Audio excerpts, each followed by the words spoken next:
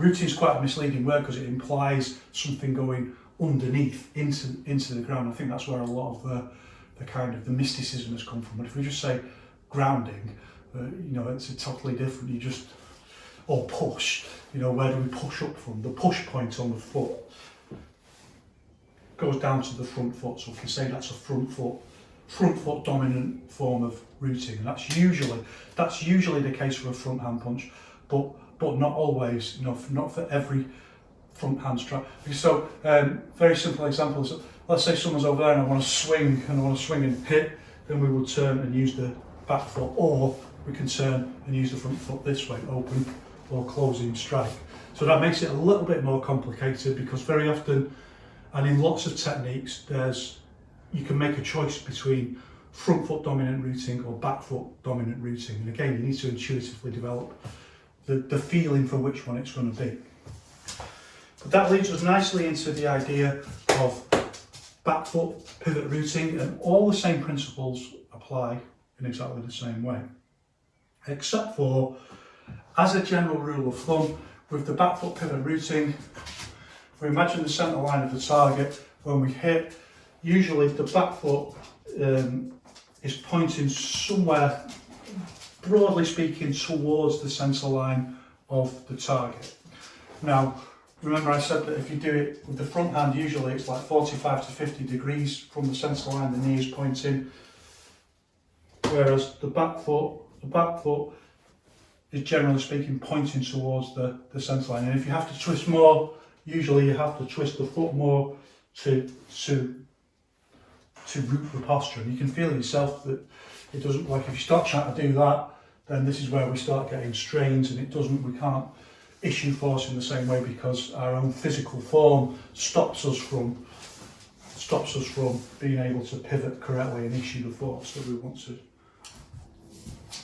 And we can understand this really in various different ways. So we can just throw a jab, we can understand it that way. But then when let's say we change and we use the same posture like a forearm strike, and we want to do a forearm strike with the backhand, then again our body starts teaching us certain things. So one of the things it teaches us is, if we want to do a forearm strike this way, straight forward, usually the back leg, the pivot root, has got to pivot so far around that it's a buckle risk.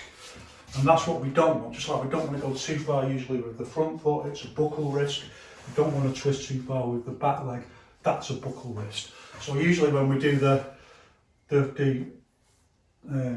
forearm strike with the backhand, you can see me, I've got a video doing it on the back, usually do it at an angle. We save that posture specifically for hitting a target that has gone to this 45 degrees to the side, and that's our general angle. The foot still twists quite a lot, but not as much as if we were going to go forward like this. So again, integrating our understanding of what the posture is, what we want to do with it, and how we should root it. And then this is how we develop the intuitive ability, because we can feel that that's a buckle risk. So you just learn, like, intuitively to stop and not go that far with the foot. It's exactly the same for different postures. There are exceptions I'll talk about in a moment. One specifically is the uppercut, but for most postures, again, it's this wave-like movement. Again, we don't use the flick route. You can see it particularly with the cross, because the cross is a big movement, it takes longer, whereas a flick pivot is a very, very fast movement. So something very interesting that you see, I saw someone doing this, should I say who it was? Well, I don't know who it was, but I know it was one of Yiquan's students, and he's doing the cross like with a flick pivot, which Yiquan doesn't do that. So I kind of don't know where he's kind of developed from this. It's like this. I don't know the guy's name, but his movement had become very affected. And what he's done is, because the flick pivot is so fast, you can't get your arm out fast enough to do the cross, even if you're keeping your arm bent a little bit. So instead of working on his rooting, he just reduced the length of his cross. So he's just doing a cross like that, and he's doing one. And he wasn't just doing like short range backhand punch, that has a different technique anyway, so you don't do it like that. You do it as a circular, what we call short power movement. We do it as a circular movement like that. Whereas what you should have done is start thinking about, well, why am I doing my routing like that? Why am I doing flick pivot routing? There's no like the tail is wagging the dog. Like the routing should support the cross. The cross shouldn't be adapted to support the routing. It should have told him that was wrong. So again, it's phased, and we can feel why we need to give that, and particularly the push off the floor, which adds a lot of force into a good cross. And I mean, everyone does it, particularly if the opponent is out of range, and usually this is something people who don't spar much don't really get, is that it's very difficult to make techniques work close range in sparring. So what sparring does is gives you all those other insights, and the toughness and the mental will and so on, and the realisation of how to make things work or how they don't work when there's an opponent there. And one of them is that very often you need to make up distance and you need to move in. So everyone at some point will do this, where they do a toe drag route like this.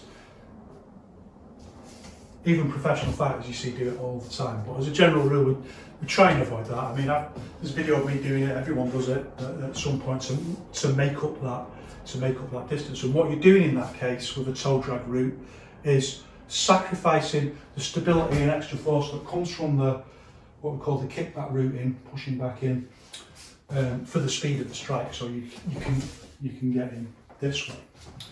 But as a general rule of thumb, we want this pivot routing, phased pivot, one and back. Phased pivot, and we're pushing back into the ground from the foot. We're actually pushing forwards into the punch. And again, if people are harbouring ideas and fantasies that what we're dealing with here is just some kind of like the Force from Star Wars.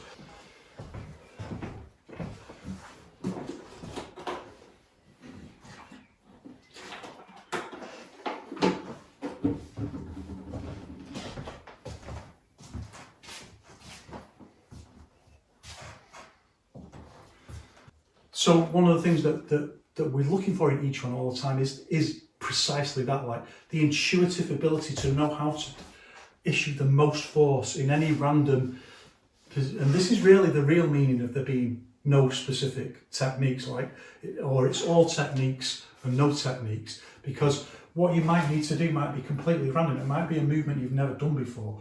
It might be something, a functional task in terms of hitting something with power in a way or direction that's completely random. Like it, some things we can predict. We're going to move the head.